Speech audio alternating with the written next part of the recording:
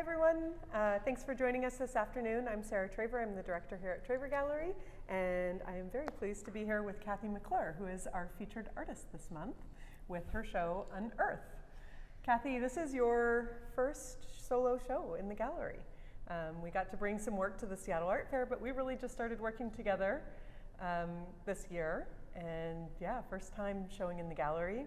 We're thrilled to have the work here. Thank you. It's been really fun to get to know you and understand kind of about your work and your process, and I'm super excited to show everyone who's joined us here online get some stories telling. Great. So, yeah, I'm excited to talk. Yeah, great. Cathy, do you want to start just by talking a little bit about your background, kind of how you came to art and your background in jewelry and metals and Yep. So that all started, just through education. Texas Tech University, I had an amazing professor for undergrad. His name's Rob Glover, and he just taught me the techniques and the craftsmanship of working with metal, and I fell in love with that material. And I also fell in love with what it could actually say through its surface and all of these ideas behind making something that's, functional or not functional. And then I came to grad school at University of Washington and just was exposed to so many amazing teachers.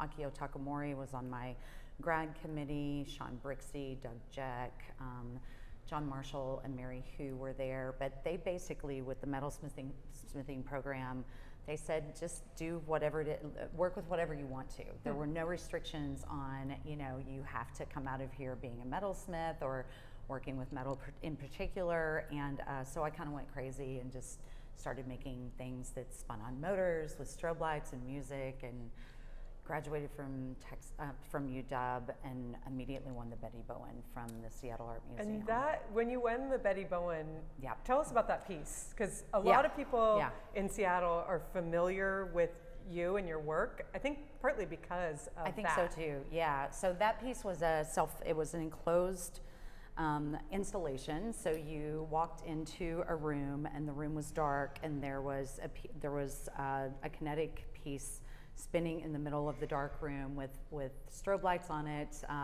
like going off in time to music, and these characters would spin around and dance, and but they were static. So basically it was let's say it was a turntable, and the characters were in different positions of movement, like a film or like cell animation, and when you spin the motor and flash the strobes, then they appear to move. So it's total magic, and I fell in love with that process. And in the meantime, there were 10-foot tall shadows, two-dimensional shadows dancing on and off the wall. So Vicki Hopper was on the committee to select the Betty Bowen, and she saw that piece during my thesis show at the Henry, and I think that was one of the reasons why I won, honestly, so because she had seen it. How do you apply for something with 6 slides, and it's a piece. Kinetic thing that is theatrical, right. And exactly. And so that kind of sense of theater and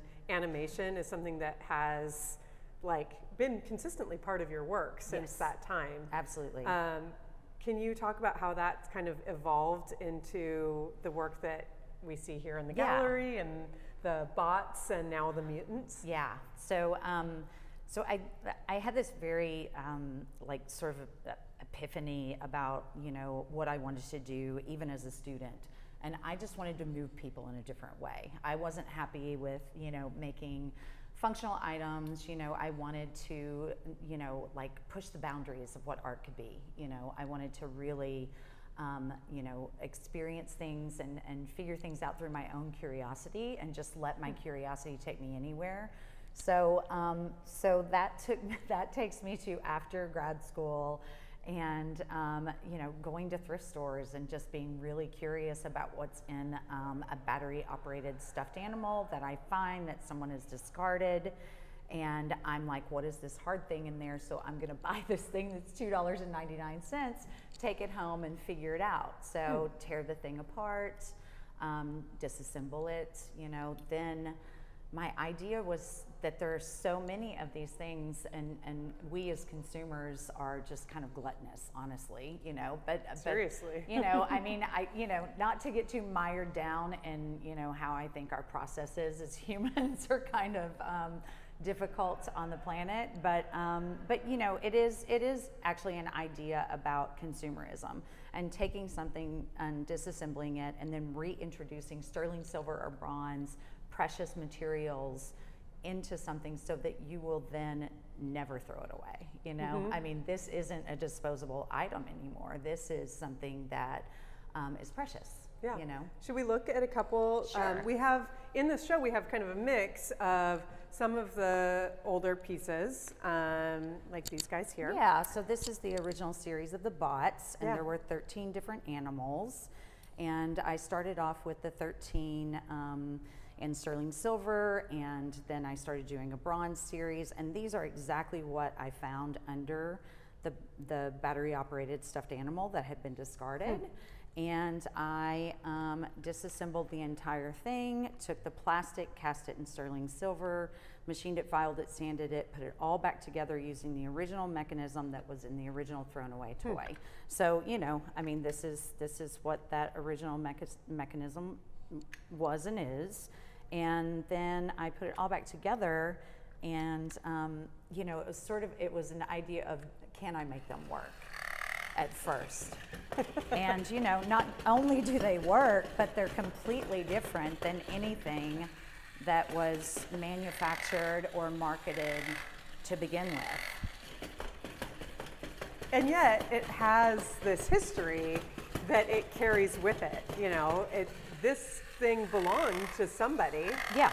Was played with by some child. Exactly. Was designed by some engineer for Fisher-Price or whomever. Yep, exactly. And I just love that sort of like the continuation of this story. Yeah. Like and the idea that, now this thing that was this sort of probably annoying toy that annoyed somebody's parents endlessly. As soon as the parents are like, okay, the batteries aren't working anymore, now's our chance. Throw it away. Yeah. Give it to Goodwill. Yeah, but like you've given it this whole new life, which is really really wonderful. And something that was never intended to be seen at all. Yeah. You know, I mean, this isn't anything like what it used to look like, right? So, and then I started, you know, really kind of falling in love with the bronze surfaces too.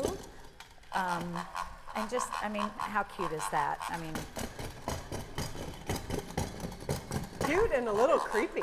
Cute and creepy and very aged, right? I mean, it becomes like kind of this clumsy thing, whereas before it was like this soft, like cuddly thing. Yeah. And now it's like this hard metallic, like you will not mess with me, you know? It has a totally different, you know, appearance and attitude. Yeah. You know? So anyway, so I did the bots, and those were the first sort of series of toys, if you will, and you know, I've got a lot of parts and pieces. You've been to my studio, so you know that. And I started making.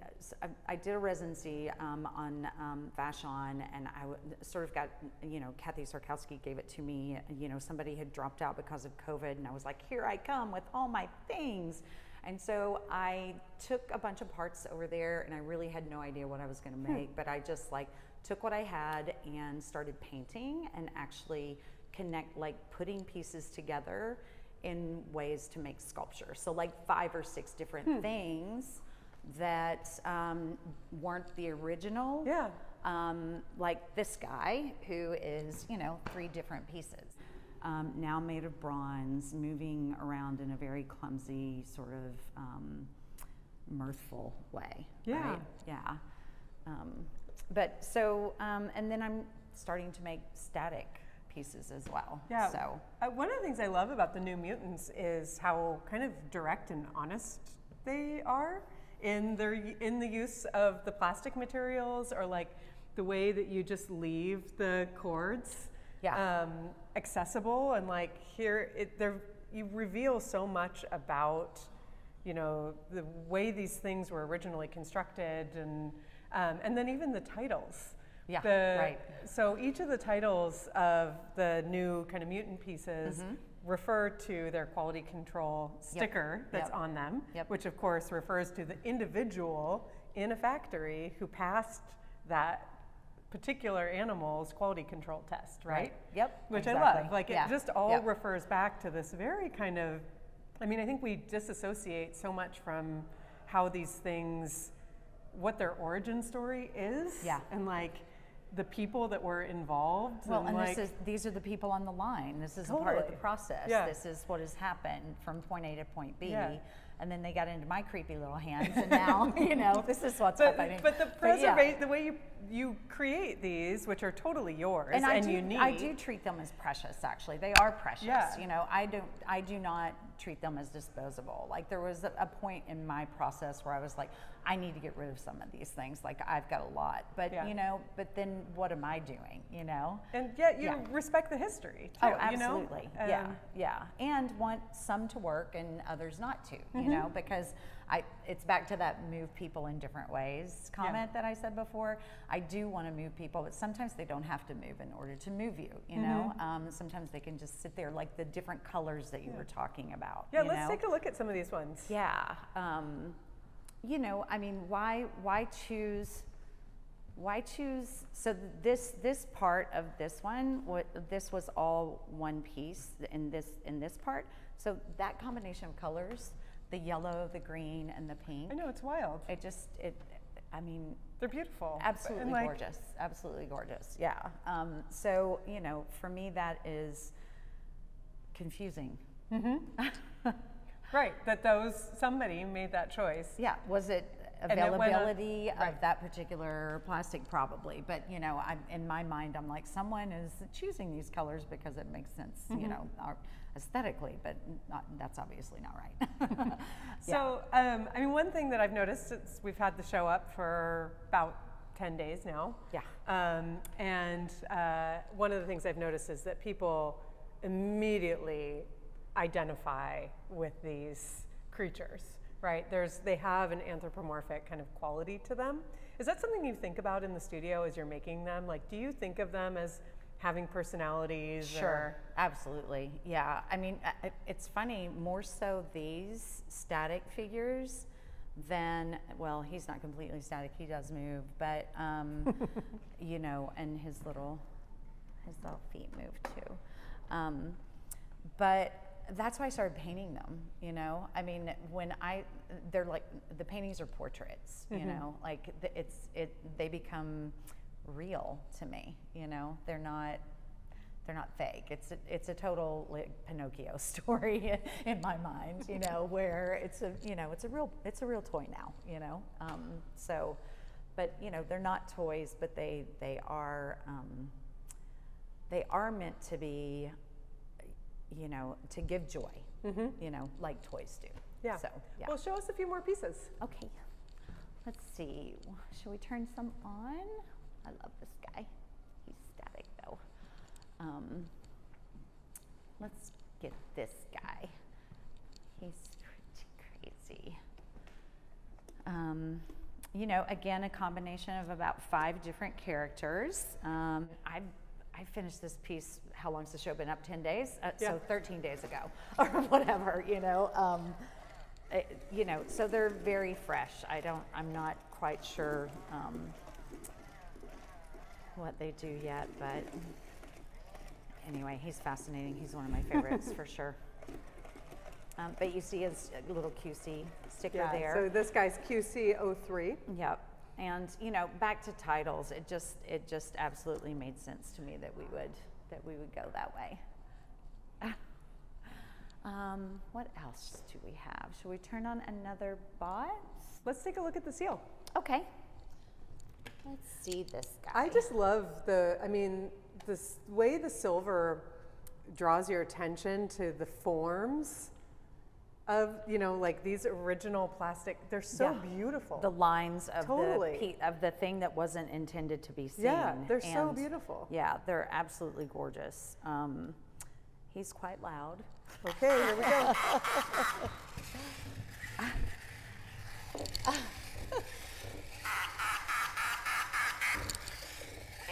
Where are you going? Okay.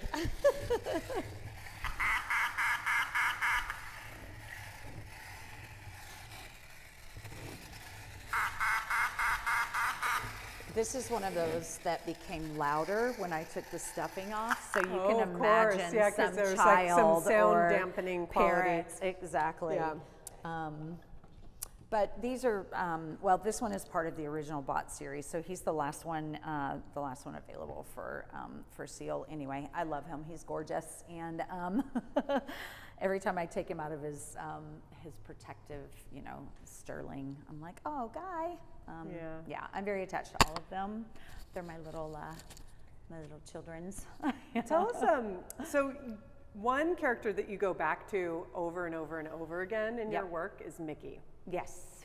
Tell us about Mickey. Tell us This about guy. how Oh my you gosh. think about Mickey in sort of the cultural context and what taking the stuffing off of Mickey does. And Yeah, well, I mean, I think honestly that Mickey has a lot of information for the world that that we've all digested in whichever way. Like I grew up in Arkansas. I went to Disney World when I was a kid. It was a big deal, and it's not that I particularly have an attachment to Mickey now, but maybe we all grew up with it. And so when I found this battery-operated Mickey Mouse and uncovered it, took all the stuffing off, and found this, I was blown away. Okay, like this is a gorgeous design to me, and so I had to make it.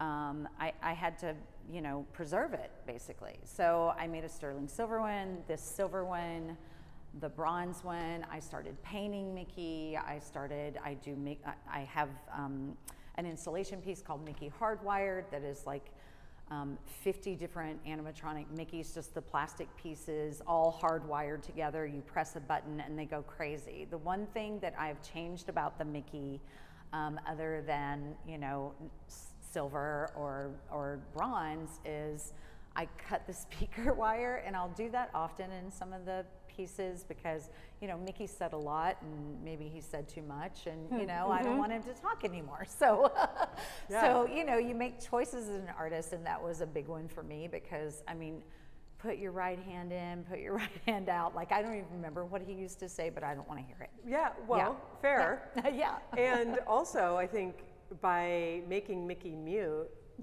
his motions take on a whole different characteristic. Yeah.